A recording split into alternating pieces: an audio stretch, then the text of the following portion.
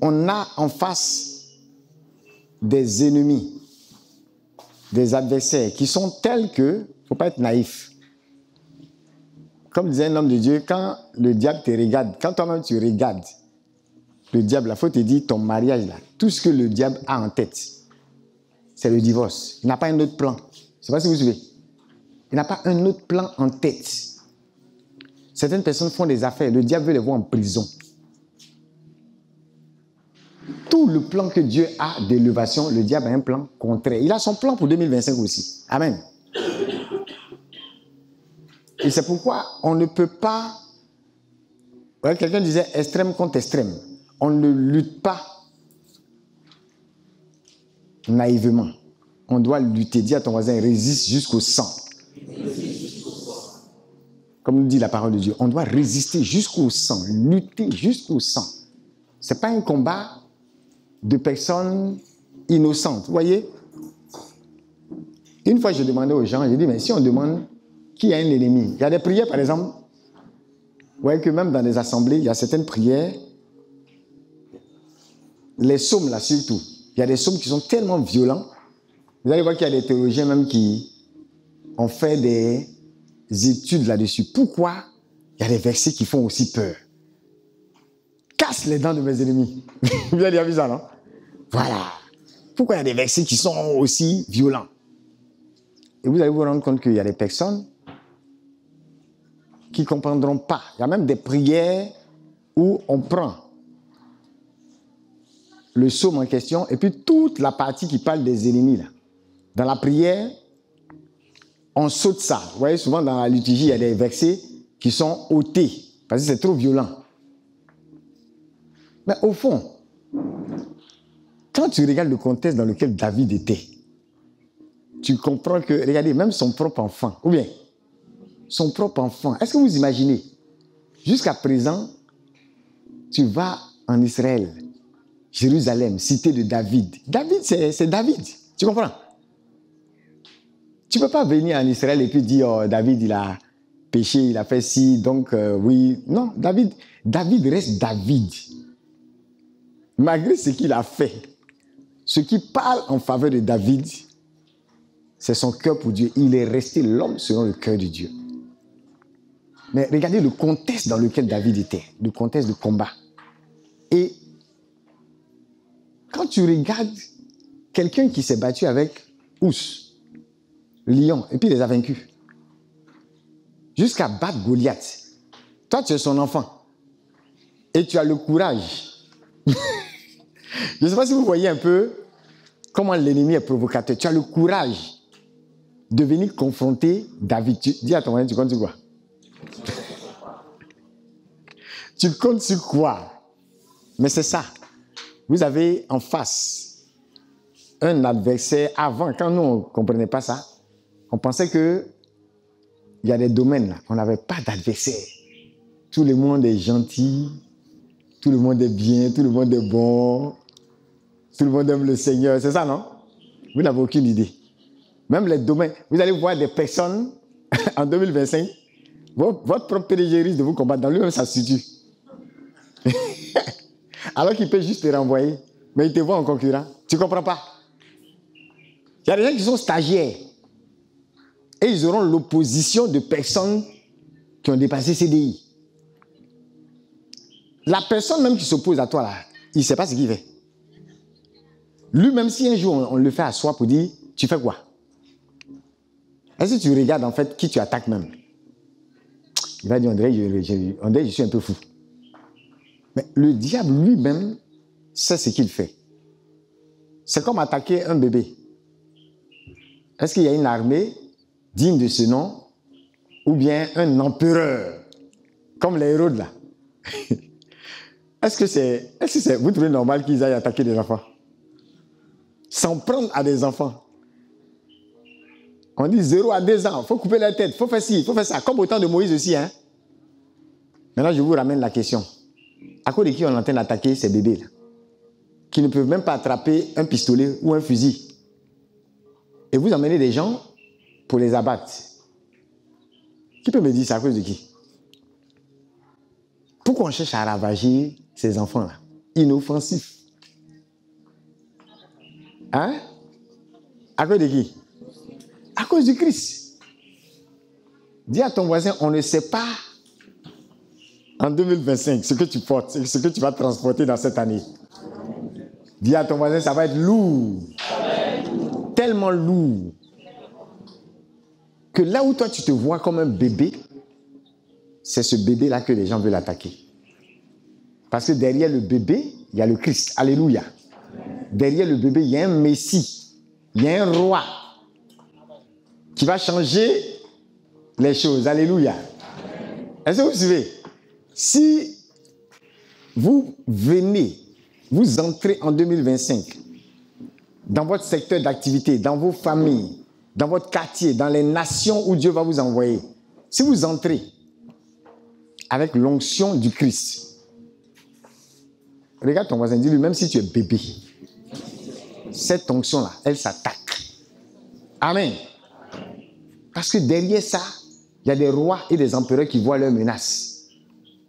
Est-ce que vous suivez? Il dit, allez voir l'enfant. Quand vous allez le trouver là, venez dire, moi aussi, allez là. Oh, c'est pas adoration. C'est autre chose. Regardez au temps de Moïse. Et la personne même parmi les enfants, quand on prend le temps de Moïse, c'était pareil. On cherche à finir avec ces enfants-là. Alors qu'ils sont inoffensifs. Et la personne même que les gars auraient dû...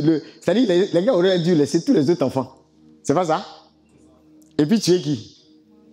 Le seul bébé qu'ils appelaient Moïse.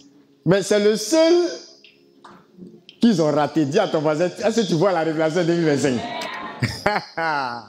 Est-ce que quelqu'un voit? C'est-à-dire, on vous a groupé. Certains, on va s'en prendre à ton département, mais c'est toi en vise. Tu vois ça? Mais pendant ce temps, le seul bébé qu'il ne faut pas rater, c'est lui qu'ils vont rater. Amen. Et en 2025, c'est lui qui va émerger comme un géant pour la libération du peuple. Amen fort. Amen. On va entrer dans l'intercession. Avec ce psaume 124, tu vas prier. Sans l'Éternel qui nous protégea quand les hommes s'élevaient contre nous. Je suis comme vous, je n'aime pas prier avec les affaires d'ennemis. Enfin, je ne vois pas, par exemple, pourquoi quelqu'un... Je n'ai jamais, par exemple, vu pourquoi quelqu'un allait se faire mon ennemi, par exemple, dans la vie professionnelle. J'étais naïf, hein? Mais en même temps, ça dépend aussi de ton niveau de foi. Il y a des moments où je me dis, même si ma position professionnelle emmène quelqu'un à s'opposer à moi, ça sera nul et de nul effet. Son opposition ne fera rien. La seule chose que ça va faire, c'est de m'élever davantage. Donc, j'étais dans une position, dans une posture où je ne voyais pas qui, par exemple, dans l'entreprise, va expressément dire, celui-là, on va tout faire pour le descendre. Je ne voyais pas ça. Dis à ton voisin, peut-être qu'il y en a, mais je ne vois pas. Souvent aussi, c'est bon d'être un peu naïf comme ça. Parce que tu te dis, dans tous les cas, celui qui essaie, tu connais la fin du film. Amen. Tu connais la fin du film. Donc pourquoi même garder dans le compte quelqu'un pour dire, voilà, lui là, il a dit ça de moi. Lui là, il a dit ça contre moi. Lui là, il a fait ça. Lui là, il a fait ça. La seule fois où quelqu'un a essayé d'imiter la signature de 2 responsables, et puis j'étais dedans, ils l'ont attrapé le même jour. Ça ne ment pas. On l'a attrapé en même temps. Et les gens même savaient que c'était une signature imitée. C'est-à-dire, tu ne peux pas. Mais en même temps, tu dois comprendre qu'il y a des personnes qui se lèvent contre toi. Ce qui vise, ce n'est pas tellement ta personne. Mais c'est l'onction que tu portes, c'est la grâce que tu portes. Alléluia. Et c'est ce que ça va faire qu'ils attaquent. Qu'est-ce que le diable aimerait? Qu'en 2025, si tu as 100 millions de plus dans ton compte, que ça serve plus à faire n'importe quoi. C'est ce qu'il aimerait. C'est son plan à lui. Pas t'empêcher d'avoir 100 millions en plus, mais faire en sorte que ce soit gaspillé, que ce soit utilisé dans tout.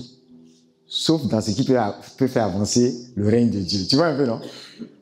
Donc, il attaque. Et parfois, il n'empêche pas. Il ne peut pas empêcher que l'argent vienne. Mais comment détourner l'usage? Amen. Amen. Sans l'Éternel qui nous protégea, quand les hommes s'élevaient contre nous. Dis à ton voisin, il y aura une saison. Il y aura une période. Il y aura des opportunités qui vont emmener les hommes à s'élever contre toi. C'est quand les hommes s'élevaient contre nous. Ça veut dire que c'est une période qui va venir. Tu veux pas. Il y aura des oppositions. Certains d'entre vous, vous avez un couple tranquille, sans problème. Vous vous cachez. Il n'y a aucun souci.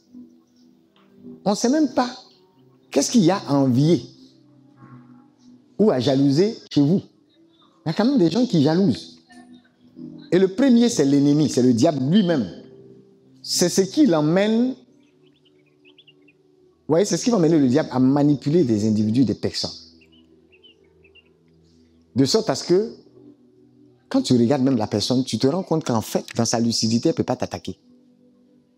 Mais il y a quelque chose qui dépasse la personne elle-même et qui l'emmène. Certains vont en entretien, il y a quelqu'un qui a donné un témoignage comme ça, en entretien. À chaque fois qu'elle va en entretien, les membres du jury là s'énervent contre elle. Tout ce qu'elle va dire, on voit ça en mauvais. Même quand la réponse est juste, elle énerve les gens. On trouve toujours quelque chose à dire. Et je trouvais que c'était un esprit qui faisait ça. Juste pour la frustrer. C'est le travail du diable. Et dans cette frustration-là, on va s'assurer qu'elle tape poteau, même là où elle ne doit pas. Est-ce que vous suivez? Il y a un gars qui est allé à un entretien comme ça. Il devait avoir une bourse pour l'étranger. Il était le major. À l'entretien, ça faisait rire parce que le président du jury a demandé, il a posé une question. C'est comme si tu vas à un entretien pour être financier. Hein? DAF, comme ça. Et puis, on te demande quelle est la superficie d'Assini. Je ne sais pas si vous suivez. Donc, le type, il a demandé au jury, est-ce qu'on est à un entretien de trucs ou bien de géographie? Donc, tous les autres membres du jury ont commencé à éclater des rires. Donc, le président du jury, ça l'a énervé. Est-ce que vous suivez? Mais est-ce que le gars n'a pas raison? On a un entretien de géographie ou bien de finance. Donc, tous les autres membres du jury ont commencé à dire parce qu'eux-mêmes, ils n'ont pas compris l'inspiration du président. Donc, ils ont commencé à rire. Donc, ça a énervé parce que tout le monde se moque de lui. Donc, il a bloqué le gars. En temps, c'est lui qui devait partir, qui devait avoir la bourse pour partir. Donc, il a bloqué comme ça. Sauf que pour lui, ce n'était pas un démon qui était à l'œuvre. C'est le Seigneur même qui a inspiré le président du jury. Parce qu'en fait, il fallait qu'il reste. Son appel devait démarrer là dans son pays. Et ce gars-là, il a fini comme légende vivante numéro 1 de son pays. C'est quand on fait les statistiques, là, il est au-devant du président. Tous les présidents qui passent là, il est plus connu, plus populaire et plus aimé du peuple que tous ces présidents. Donc, ils ont fait une enquête. Légende vivante numéro 1, c'est lui. Sans avoir eu à voyager. Bon, maintenant, il a des églises dans presque chaque pays du monde. Donc, vous voyez que cette bourse n'était pas utile. Ça l'a emmené à juste aller être professeur de mathématiques dans une université quelque part, et puis c'est fini. Vous voyez comment le Seigneur fait les choses? Dis à ton voisin, les présidents du jury seront inspirés. Donc, en 2025, je suis en train de dire à quelqu'un, il y a des choses qui vont se passer. Tu dois regarder ça et puis sourire. Amen. Amen. Même quand ça ne fait pas sourire, tu dois regarder ça et puis quoi? Sourire. Il y a des présidents du jury. Il y a des gens qui sont en autorité sur toi. Ils vont agir comme des malades. On ne va pas comprendre leurs actions envers toi. Mais dis à ton voisin, ça va concourir seulement et seulement à manifester la volonté de Dieu pour toi. Amen.